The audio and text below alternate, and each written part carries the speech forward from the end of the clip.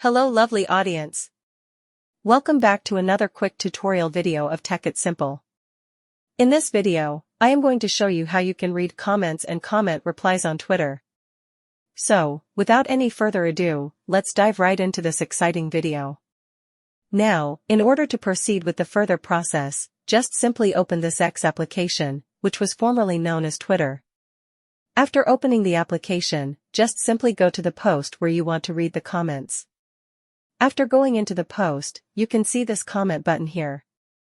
But if you tap the comment button directly, it will give you the option to reply, but not to read the comments.